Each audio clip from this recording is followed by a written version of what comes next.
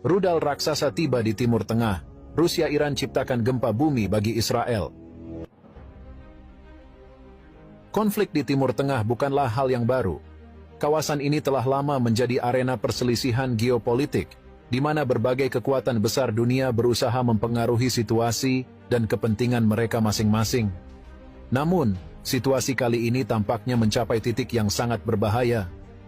Sebuah rudal nuklir yang dikirim oleh Rusia ke Iran kini mengancam keamanan Israel dan kawasan sekitarnya, menciptakan ketegangan internasional yang luar biasa. Israel dan Iran telah lama terlibat dalam perselisihan.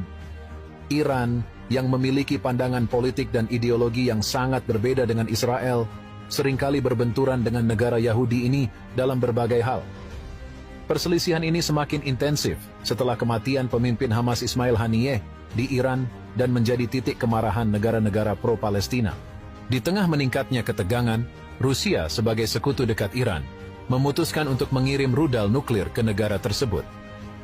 Rudal ini bukan sekadar senjata konvensional. Kekuatannya setara dengan gempa bumi berkekuatan 7,9 pada skala Richter, yang memiliki potensi untuk menghancurkan infrastruktur dan membunuh ribuan, bahkan jutaan orang. Keputusan Rusia untuk mengirim rudal nuklir ke Iran mengundang perhatian global. Dunia yang telah berulang kali menyaksikan ketegangan antara negara-negara besar, kali ini dihadapkan pada ancaman yang sangat nyata dan mengerikan. Negara-negara di seluruh dunia, termasuk Amerika Serikat dan sekutunya di NATO, segera mengadakan pertemuan darurat untuk membahas langkah-langkah yang perlu diambil guna mencegah krisis ini berkembang menjadi bencana nuklir.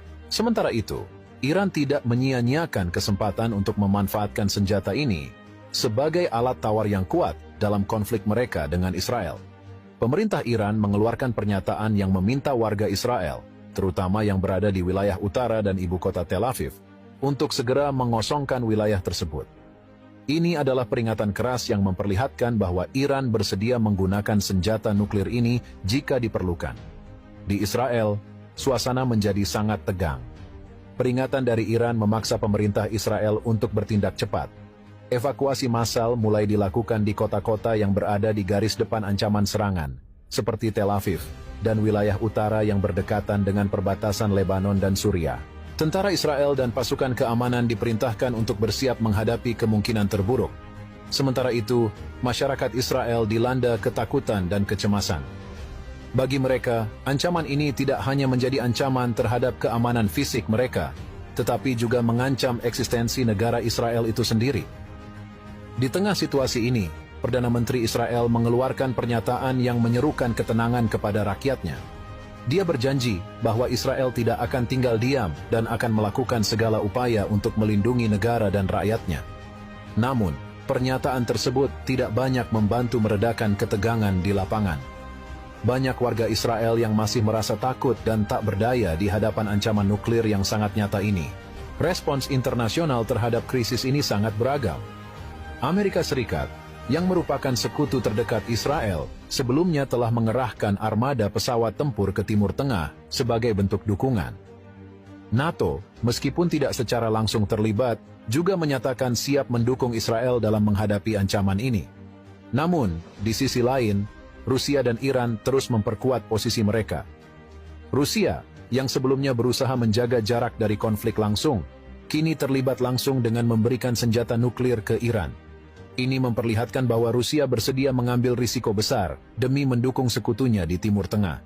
Jika skenario terburuk terjadi, dan rudal nuklir yang dikirim oleh Rusia ke Iran benar-benar digunakan, dunia akan menyaksikan salah satu bencana kemanusiaan terbesar dalam sejarah.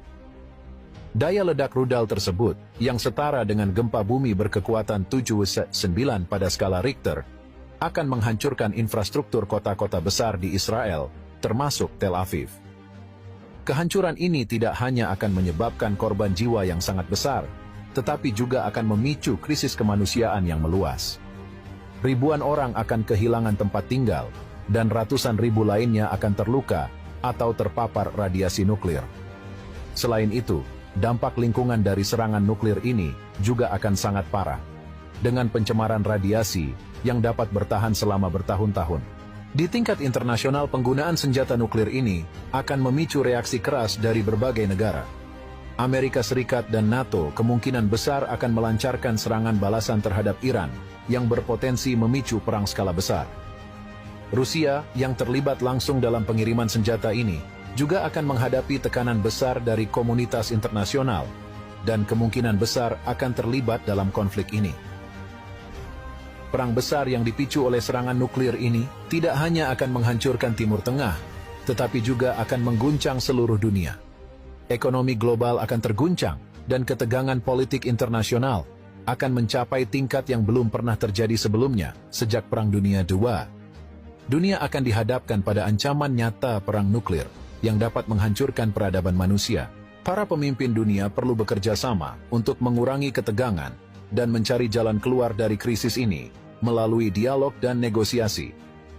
PBB sebagai organisasi internasional yang bertugas menjaga perdamaian dan keamanan dunia harus mengambil peran aktif dalam upaya ini.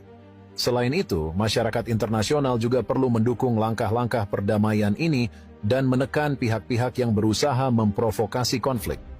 Dunia membutuhkan perdamaian dan stabilitas, bukan konflik dan kehancuran. Mari kita berharap bahwa krisis ini akan berakhir dengan jalan damai, dan bahwa kita semua dapat belajar dari situasi ini untuk mencegah terjadinya krisis serupa di masa depan.